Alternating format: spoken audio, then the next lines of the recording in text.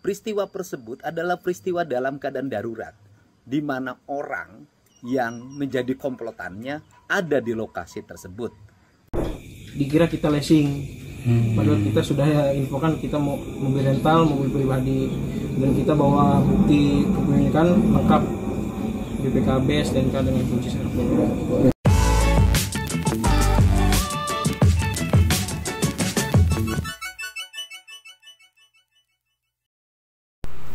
Bismillahirrahmanirrahim. Assalamualaikum warahmatullahi wabarakatuh. Salam seduluran, salam sejahtera buat kita semua. Semoga kita semua dalam lindungan Allah SWT, dipermudahkan segala urusannya dan diperlancarkan rezekinya, Allahumma amin. Oke dulur-dulur semuanya, di konten kali ini di segmen analisa saya akan membahas tentang viralnya yang kejadian di mana bos rental ini meregang nyawa atau meninggal dunia. Dan di beberapa hari ini atau tahun-tahun terakhir ini kan banyak sekali dari pihak kepolisian itu yang sering di video-video berseliweran di beranda kita, di mana dari pihak polisi ini banyak sekali video-video tentang klarifikasi dan klarifikasi.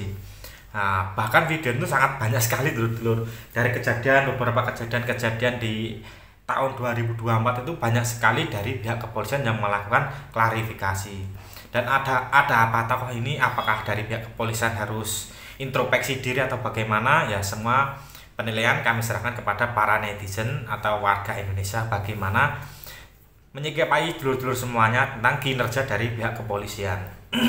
Oke dulur-dulur, saya lanjutkan lagi untuk segmen analisa kali ini.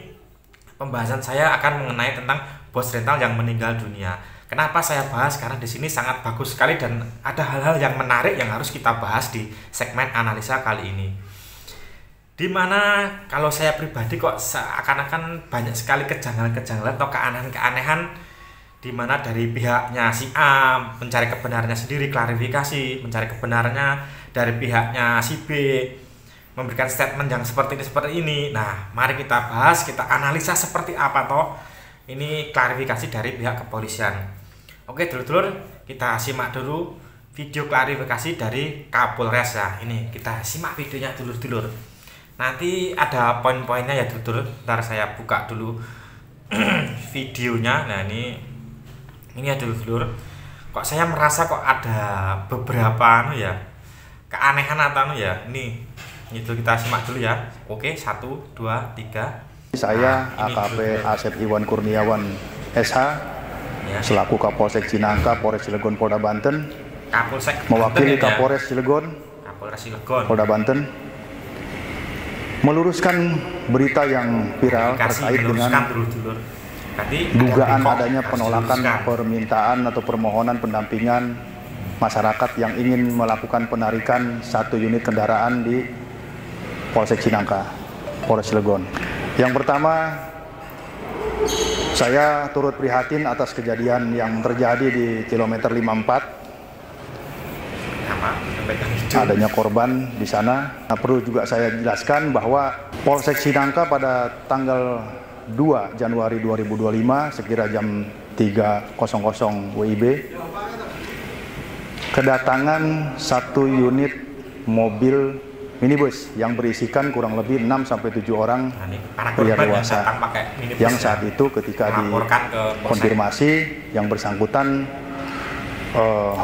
menyatakan bahwa itu dari leasing, sementara kawannya lagi menyatakan bahwa itu dari rental, bermaksud untuk meminta pendampingan untuk melakukan penarikan 1 unit kendaraan mobil di Cinangka. Menurut keterangan dari yang bersangkutan bahwa pada saat itu mobil itu sempat diikutin dari Paneglang muter sampai ke arah Cilegon sehingga melintaslah di wilayah kita. Namun pada saat yang bersangkutan meminta untuk pendampingan dari personel kita, ya tentunya personel kita yang paling utama adalah menanyakan legalitas ataupun identitas daripada kendaraan yang akan ditarik itu. Kemudian dalam masalahnya masalah apa? Saya kira itu wajar karena untuk mengetahui kira-kira apa nih permasalahannya gitu loh. Nah kemudian ketika itu ditanyakan, rupanya yang bersangkutan memburu waktu atau tergesa-gesa sehingga tidak sempat menunjukkan dokumen yang diminta oleh petugas. Ya.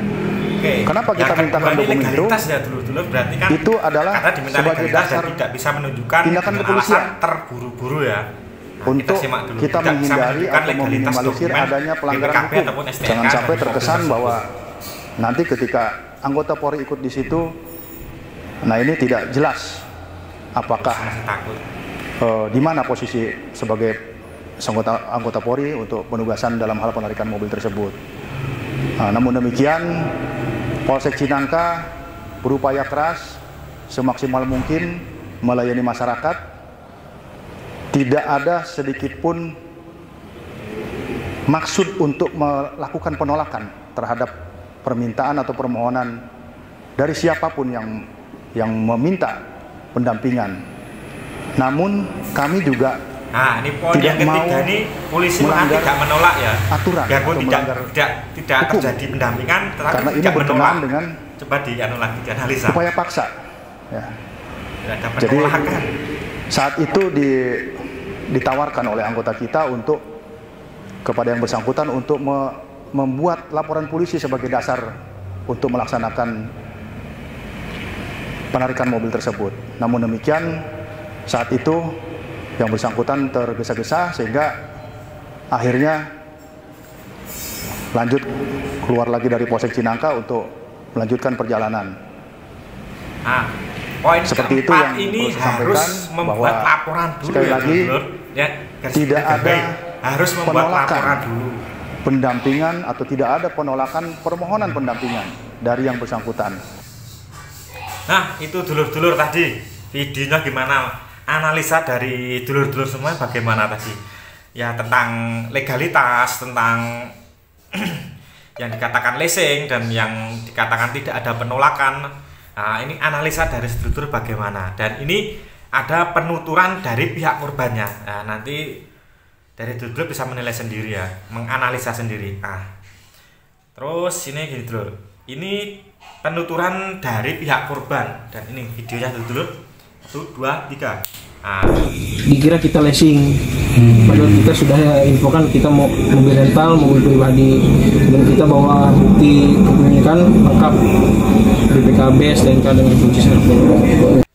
Itu dulur-dulur, itu pendapat dari pihak korban tadi mengatakan bahwa dia tidak ada yang mengatakan dari leasing, katanya mereka dari rental dan mereka juga sudah menunjukkan legalitasnya dari BPKB, STNK dan kunci serepnya juga sudah ada. Itu penuturan dari korban ya dulur-dulur. Ini pendapat dari dulur-dulur semua, dari para netizen itu bagaimana tentang analisa yang dituturkan oleh pihak korban tadi. Katanya pihak korban tadi sudah menunjukkan legalitasnya dari STNK, dari BPKB, dari kunci serepnya juga sudah ditunjukkan semua. Tapi dari pihak kepolisian tadi mengatakan tidak ada penolakan walaupun fakta di lapangan tidak ada pendampingan dari pihak polsek. Ini menurut dulur-dulur analisanya bagaimana? Dan ini ada lagi dulur-dulur, ini saya sangat respect sekali sama Kang Deddy Mulyadi. Dia memberikan statement yang luar biasa. Bagaimanakah statement dari Kang Deddy Mulyadi? Kita saksikan dulur-dulur, ini videonya.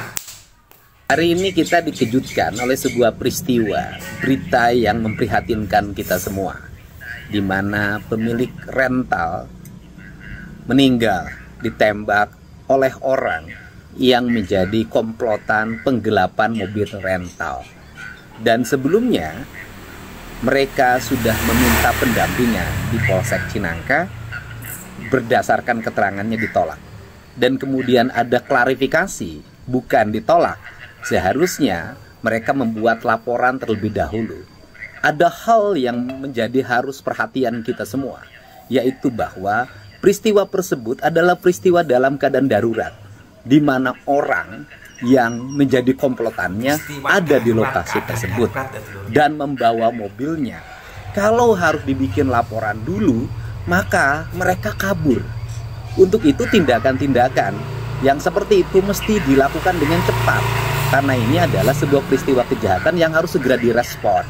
Kalau harus prosedurnya lapor terlebih dahulu, justru akan lebih fatal akibatnya, yang akhirnya seperti sekarang. Satu nyawa merenggang karena keterlambatan penanganan. Dulur-dulur, tadi statement dari speak up dari Kak Dede Mulyadi ya masuk akal juga. Karena laporan darurat, segala bukti dari kunci, dari STNK, dari kunci serep, semua sudah ditunjukkan. Nah, ini keadaan darurat, bagaimana penanganannya dari pihak kepolisian. Nah, saya sendiri juga pernah mengalami membuat laporan itu tidak sebentar, dulur-dulur. Membuat laporan itu sangat lama. Tidak membuat laporan suatu kejadian, bahwa kejadian ini yang darurat. Nah, ini 1 jam, 2 jam itu selesai.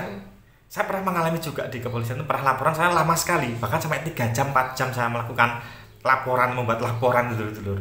Kalau untuk keadaan darurat seperti ini ya, kalau saya pribadi saya setuju dengan speak up dari Kang Dede Mulyadi.